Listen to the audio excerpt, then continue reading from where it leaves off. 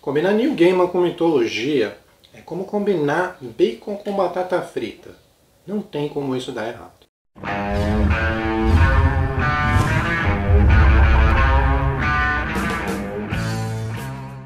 Salve galera, eu sou o Dan Falter e hoje nós vamos falar sobre a nossa leitura do mês de agosto, que foi Mitologia Nórdica, do autor britânico Neil Gaiman. E eu vou mostrar para vocês por que esse livro se tornou um dos queridinhos desse ano para mim e que com certeza vai aparecer numa certa lista que a gente faz lá no mês de dezembro. Vamos nessa? Mitologia Nórdica é um dos livros mais recentes do Neil Gaiman. Ele foi lançado em 2017 e foi publicado aqui no Brasil pela editora Intrínseca. Aqui vocês podem ver a minha edição, que é uma edição bem bacana, de capa dura. E esse símbolo que vocês veem aqui na frente, ele tem um certo relevinho em algumas partes, o que ficou muito bonito. É um livro de pouco mais de 200 páginas, com uma fonte bastante grande e com espaçamento bastante grande também. Como você pode ver aqui, folhinhas amareladas, é bastante confortável e rápido de ler. Umas letras são grandes e tem bastante espaçamento. Essas 200 páginas vão que vão. Além do mais, o Neil Gaiman deixou aqui algumas páginas onde ele coloca os títulos das histórias. Então você vai ter certas páginas que estão em branco e que também vão acelerar essa leitura. Então se você fizer a conta, você vai ter ali praticamente 200 páginas descontando esses extras todos. E Mitologia Nórdica, como o próprio nome diz, vai contar pra gente um pouco das lendas nórdicas. Por isso que eu fiz aquela brincadeira lá no começo com mitologias em Neil Gaiman, já que ele é um cara que se coloca bastante em cima desse assunto. Eu posso citar para vocês Sandman e Deuses Americanos como bons exemplos de onde o Neil Gaiman se debruçou sobre mitologias. Porém aqui ele fez um trabalho um pouquinho diferente. Ele vai acabar recontando pra gente as lendas originais da mitologia nórdica. Claro que, infelizmente, nós não temos bons registros dessa mitologia.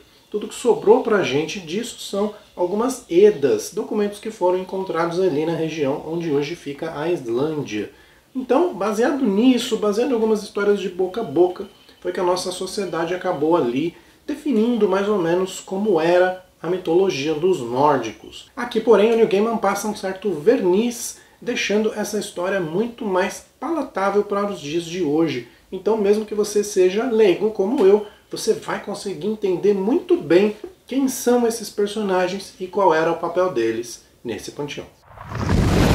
Mas antes da gente continuar, aqueles recadinhos rápidos para você. O primeiro deles, é claro, é para você deixar o like no vídeo. É através do like que o YouTube sabe que esse vídeo é interessante e recomenda ele para outras pessoas. Então se você quer dar uma força para esse canal, é através do like que você vai fazer isso.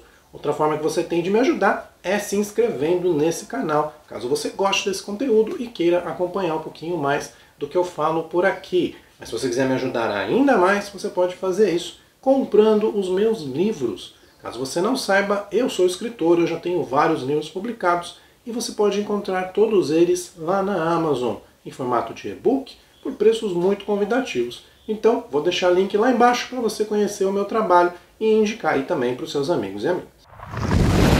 Mitologia Nórdica é um livro que vai contar ali alguns contos dessa mitologia, mas ele vai fazer isso de uma forma semi-cronológica. Então eu não aconselho a vocês lerem esses contos fora da ordem. Leia exatamente na ordem que eles foram colocados aqui. Porque apesar de serem certos causos, certos contos, muito do que é citado mais pra frente vai reviver coisas que foram contadas um pouquinho para trás. Então eu recomendo que você vá desde o começo, já que aqui ele vai explicar, por exemplo, por que Odin é caolho, como que Thor obteve o seu martelo, de que forma nasceram os filhos de Loki. Caso você não saiba, Loki teve vários filhos. E falando em Loki, eu devo dizer para vocês que se vocês pensam que esse livro vai ser sobre Odin ou sobre Thor, vocês vão acabar se enganando. Esse livro vai ser praticamente sobre Loki. E por que disso? Porque Loki é o personagem mais interessante dessa mitologia. Loki é aquele que causa os conflitos e muitas vezes é aquele que resolve os próprios conflitos causados por ele. Então, apesar de Odin ser um cara bastante importante ali, como o pai de todos, como aquela pessoa muito sábia, ele acaba fazendo aquele papel de rei ali no cantinho, sentado ali no seu trono e tomando algumas decisões e ações. E o mesmo a gente pode dizer do Thor.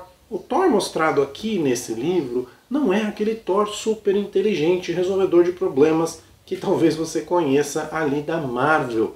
Ele é apenas aquele cara grandão, fortão e meio burro. Então é um pouco interessante você ver o quanto o Thor dessa história aqui não é o Thor da Marvel. Na verdade, o Thor da Marvel é que se inspirou nesse Thor.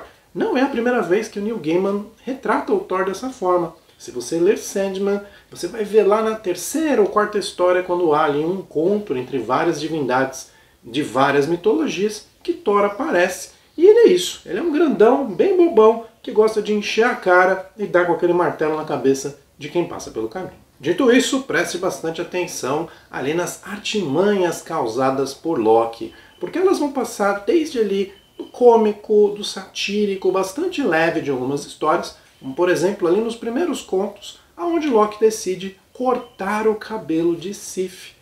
Isso mesmo, uma pegadinha dele é durante a noite ir lá e cortar o cabelo de Sif, o que enfurece a moça e, claro, enfurece Thor, marido dela. Esse conto vai desencadear praticamente todas as histórias do livro, porque é através dele que Loki vai ter que cortar um dobrado para resolver esse problema e vai acabar trazendo ali vários dos objetos que são utilizados pelos deuses, entre eles o martelo de Thor. E esse conto também vai ser o que vai desencadear várias das coisas que vão acontecer mais para frente. O outro, como eu disse para vocês um pouquinho antes, é o que vai retratar os filhos de Loki. E aqui as coisas vão sair um pouquinho da comédia e elas vão começar a entrar para um lado um pouquinho mais dramático e um pouquinho mais monstruoso, eu diria. É isso mesmo, você vai ter algumas partes aqui que são bastante monstruosas, mas o Gaiman coloca tudo de uma forma muito leve. Então você vai perceber que esse livro lembra muito aqueles livros de fábulas escritos ali para crianças há muito tempo atrás. Eles tratavam sobre coisas bem pesadas, mas eles tornavam isso muito leve. Então você não via como violento ou como escatológico. Hoje em dia as pessoas veem maldade em tudo, mas mesmo assim é preciso você ter esse olhar sobre esses contos. Eles não são mais tão engraçadinhos. Eles acabam mostrando ali pessoas morrendo, atitudes bastante hediondas, traições e por aí vai. Isso nos leva a comentar sobre o tom desse livro, como eu disse para vocês. Mitologia nórdica soa como uma espécie de fábula. Eu sei que muitas pessoas não gostam do Neil Gaiman, afinal, o que é mitologia para alguns é crença sagrada para outros. E o que foi religião muito tempo atrás, como isso daqui, hoje é tratado apenas como mito. E a gente não precisa ir muito longe. A gente pode chegar, por exemplo, a algumas tribos que viviam aqui na América do Sul há cerca de 500 anos, como por exemplo os Incas, ou vários povos indígenas que habitavam, alguns ainda tentam habitar o que hoje é o Brasil. Você vai ver que as culturas, as religiões que essas pessoas têm, hoje são tratadas pelo resto do mundo como mitos. Isso nos faz pensar se o que hoje nós vemos como religião, o que hoje é sagrado para as pessoas, não vai ser apenas mito daqui a 500 ou quem sabe 1000 anos. Você pode pensar então que o Neil Gaiman está sendo desrespeitoso com essas mitologias, mas não é o caso aqui. Ele se aproveita daquilo que foi registrado, do pouco que sobrou, para dar um verniz e para deixar as coisas mais interessantes. Mas em nenhum momento eu acho que ele soa desrespeitoso. É claro que existem aqui alguns elementos cômicos, mas ele apenas coloca isso como seria colocado em qualquer outra fábula ou em qualquer outra história que você poderia ver aí num documentário. A nossa visão do mundo de hoje sobre esses mitos acaba sendo uma visão, sim, de que eles eram muito ingênuos. Eu vou dar um exemplo aqui, por exemplo, de uma hora onde um conto explica como acontecem os terremotos no nosso mundo. Então, essas religiões, essas mitologias, elas serviram há muito tempo atrás para explicar para as pessoas por que haviam terremotos, por que havia o dia e a noite, ou por que as pessoas nasciam e morriam, para onde elas iam após a morte e por aí vai. Infelizmente, ou felizmente, você vai me responder, A ciência desmistificou muito desses fatores e hoje essas mitologias acabam soando ingênuas. Será que a ciência vai desmistificar outros fatores que são desconhecidos por nós hoje e vão acabar tornando as nossas religiões obsoletas? É algo para a gente pensar. Mitologia nórdica vai trazer mais do que entretenimento, porque ele também vai trazer para a gente um pouco de conhecimento. É notório o quanto a mitologia nórdica influencia nos nossos dias de hoje, o quanto ela influenciou na nossa vida cotidiana e o quanto ela influencia, é lógico, em outras religiões que existem. Mitos ali da criação, mitos ali do apocalipse, da destruição dos povos, que são comuns aí a várias crenças, também vão aparecer aqui. E em fazendo a leitura desse livro, você vai entender por que vários nomes são citados de certa forma e por que várias coisas têm o nome que tem. Caso você seja um amante dos quadrinhos da Marvel, ou pelo menos do MCU, como algumas pessoas são hoje, e você conhece o personagem Thor, também vai te ajudar bem a entender como que funciona o mundo em torno desse personagem. Essa mistura aí de deuses e de magia que os nórdicos sabiam fazer muito bem. E o Gaiman faz isso usando algumas técnicas e a principal delas é o exagero. Se você ver uma fábula, você vai ver que sempre que uma princesa ficava no topo do castelo, ela estava na torre mais alta, do castelo mais perigoso, na montanha mais alta e mais distante. Tudo sempre era muito superlativo nessas histórias. E é exatamente isso que vai acontecer aqui. Nós temos um conto, por exemplo, onde Thor e Loki pedem ali a um deus para que faça cerveja para eles. E o deus, tentando escapar dessa tarefa inglória, resolve falar para eles que se eles conseguirem uma tigela gigantesca, que ele possa ali fazer cerveja para todos eles, então ele fará essa cerveja.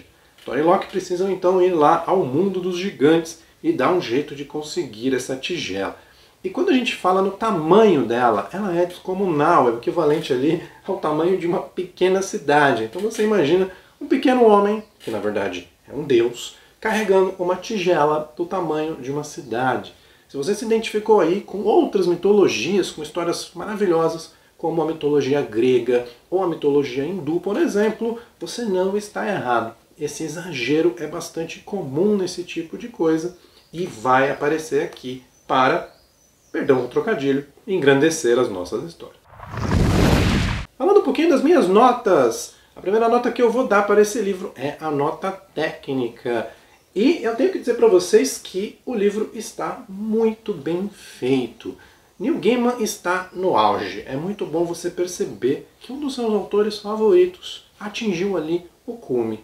Ele está escrevendo de uma forma tão natural, você percebe que as coisas simplesmente parecem estar fluindo. A impressão que dá é que o Gaiman não precisou corrigir esse livro. É claro que ele precisou fazer muitas e muitas revisões, não apenas ele, mas outras pessoas que o ajudam, mas a sensação do texto final é que ele foi escrito ali de cara por uma pessoa que domina muito o que está fazendo. Esse livro é interessante, esse livro é engraçado, é informativo, é uma delícia de se ler. Não encontrei uma única vírgula fora do lugar nessa belíssima edição aqui da Intrínseca. Então não tem como dar uma nota menor do que nota 5. E você também já percebeu que eu gostei muito desse livro, como eu falei para vocês, ele provavelmente estará ali na minha lista de melhores do ano, a não ser que esse segundo semestre se mostre aí recheado de leituras magníficas, porque foi uma leitura muito prazerosa. Eu gosto muito de mitologias, eu gosto muito do estilo do Neil Gaiman e ele conseguiu juntar essas duas coisas ali, como eu disse para vocês, como bacon e batata frita. Um sabor complementa o outro e não tem como você não terminar essa refeição extremamente satisfeito. É uma leitura que me fez rir em muitas partes, me fez pensar em outras, me fez fazer analogias e pensamentos diversos em outras.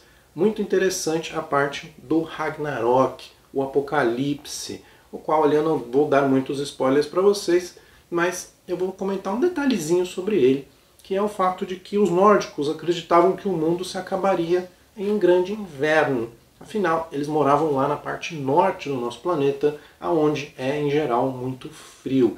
e eles lutavam muito contra esse frio. Acaba sendo um pouco irônico a gente ver que o nosso planeta está se aquecendo cada vez mais e que talvez num futuro não muito longínquo essa neve deixe de existir. Então o Ragnarok que eles previram ou vai demorar muito para chegar ou vai acabar não acontecendo dessa forma. Tá muito mais para a gente acabar em fogo do que em gelo. Mas voltando aqui às minhas conclusões sobre o livro, você já percebeu que foi uma leitura extremamente prazerosa, uma leitura extremamente recomendada. Então, a minha nota pessoal para Mitologia Nórdica do Neil Gaiman foi nota 5. E isso, claro, deixa o livro com uma nota total também de nota 5. Mitologia Nórdica mostra Neil Gaiman no auge da sua escrita, versando sobre um tema que ele conhece muito bem, então não teria como dar errado. Se você gosta de mitologias, se você quer saber mais sobre essas mitologias, mas não quer recorrer ali a documentários ou a livros didáticos talvez um pouco entediantes, eu recomendo que você faça essa leitura. Se você conhece personagens como Thor, Odin ou assistiu Vikings e quer saber mais sobre esse mundo, eu recomendo que você leia a mitologia nórdica. Se você não conhece nada sobre isso e quer começar, eu recomendo que você leia mitologia nórdica. É isso aí, galera. E antes de ir embora, eu deixo uma perguntinha para vocês. Que outros livros eu posso ler que tenham um formato parecido com esse? Aonde eu posso encontrar livros que falem sobre as mitologias gregas, hindus, japonesas, cristãs, de tribos astecas e maias e por aí vai, e eu tenha esse molho de uma história e não apenas ali um registro ou tentando me conquistar para aquela religião, ou sendo apenas um estudo antropomórfico. Então se você conhece obras como essa, coloca aqui embaixo que eu vou ter o prazer de procurar e fazer a leitura. Deixe também a sua opinião em geral, se você já leu esse livro, quer fazer algum complemento. Se você não leu ainda, se você ficou curioso. Eu leio todos os comentários, respondo sempre que possível. Um abraço para todo mundo e até o próximo vídeo.